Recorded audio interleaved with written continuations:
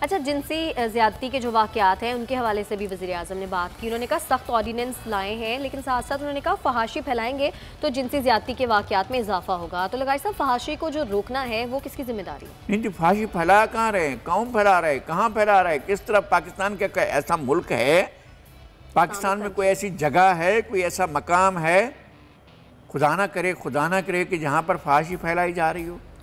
کون؟ ہماری society resist کرتی ہے بھائی. جو بچوں نے جو وہاں جو بھی ایک یونیورسٹی میں کچھ کرنے کی کوشش کی، ایک دوسرے کے ساتھ اپنا افیلیشن ظاہر کرنے کی کوشش کی، یونیورسٹی نے بھی نکال دیا اور سوسائٹی نے بھی ان کو نکال دیا. وہ آپ کا رویہ کچھ بھی ہو، لیکن سوال یہ ہے کہ سوسائٹی تو خود قبول کرنے کو تیار نہیں. تو آپ کا خیال ہے کہ فحاشی ہے کہاں پر؟ میرا خیال ہے کہ فحاشی پھیلنے نہ پھیلنے کی وجہ سے نہیں ہے، آپ کا سوشل اسٹرکچر اتنا کرمنل ہے کہ وہ نکالتا ہے یہ ساری چیزیں. اس سے یہ ناانصافی جب سکہ رائج الوقت ہو تو پھر کوئی جرم کرنے والا یہ نہیں دیکھتا ہے کہ مجھے اس کی سزا ملے گی کہ نہیں ملے گی. یہ آپ مثال قائم کرتے تھے کہ جی ہم نے عابد ملہی کو سزا دے دی ہے. اس طرح کی مثالیں قائم کرنے سے نہیں ہوگا. آپ کا سسٹم انصاف پر مبنی ہونا چاہیے. آپ یہاں پر انصاف خریدنا پڑتا ہے.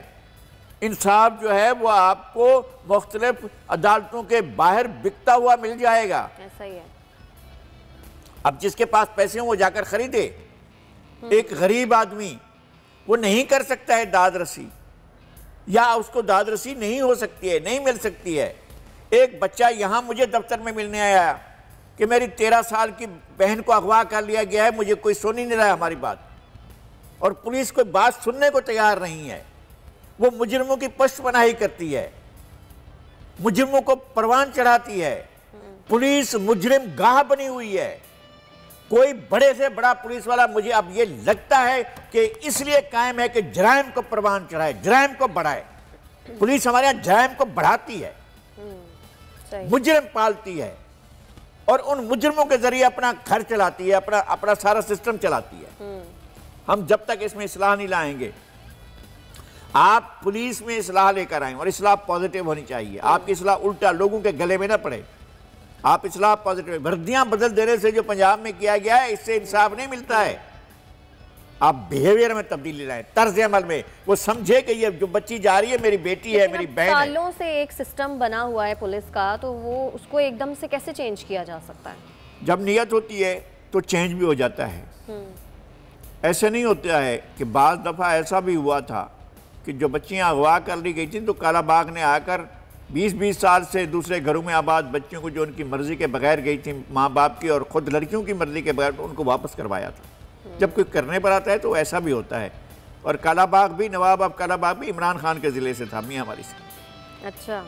تو کرنے کی بات ہوتی ہے کہ آپ کیا کرتے ہیں. اور وزیر اعظم یہ کہہ کر کیسے اپنی جان جو گلو خلاصی کر سکتے ہیں کہ فحاشی پھیل رہی ہے؟ کہاں، کس جگہ، کس مقام پر، کون سی جگہ پر فحاشی پھیل رہی ہے؟ شاید وہ انٹرنیٹ کے تھرو جو فحاشی پھیل رہی ہے، کچھ سوشل میڈیا ایپس کے تھرو، جیسے ٹک ٹاک ہے، اس کو بین بھی کیا تھا بیچ میں کافی دفعہ. میں اب سمجھتے ہیں کہ ٹک ٹاک جو ہے وہ فحاشی پھیلاتے ہیں.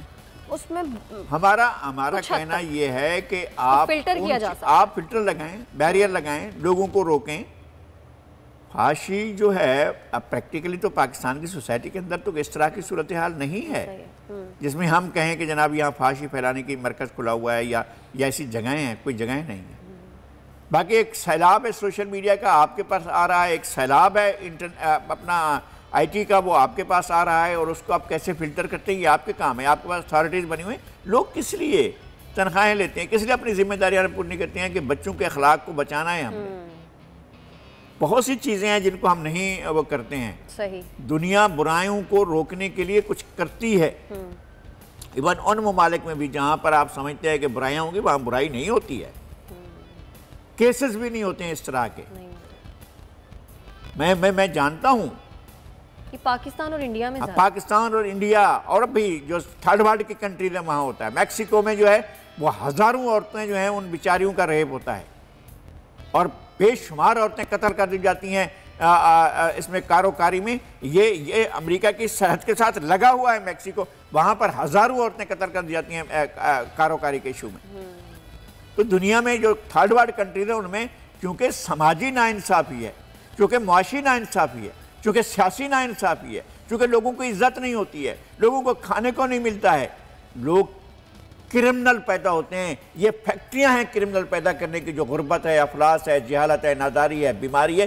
یہاں سے بیماریاں پیدا ہوتی ہیں، جرائم پیدا ہوتے ہیں، اور تھانے ان کو پرموٹ کرتے ہیں، اور عدالتوں میں انصاف نہیں ملتا ہے. لوگ دھکے کھاتے ہیں، لوگ ذلیل و رسوا ہوتے ہیں، مگر ان کو انصاف نہیں ملتا. ایسا ہی ہے، بالکل ایسا. اچھا لگا صاحب، NCOC نے رمضان المبارک کے حوالے سے SOPs جاری کیے ہیں، گائیڈ لائن جاری کی مساجد اور امام بارگاہوں کے حوالے سے، لیکن آپ کو لگتا ہے کہ SOPs کو فالو کروانا اتنا آسان ہوگا؟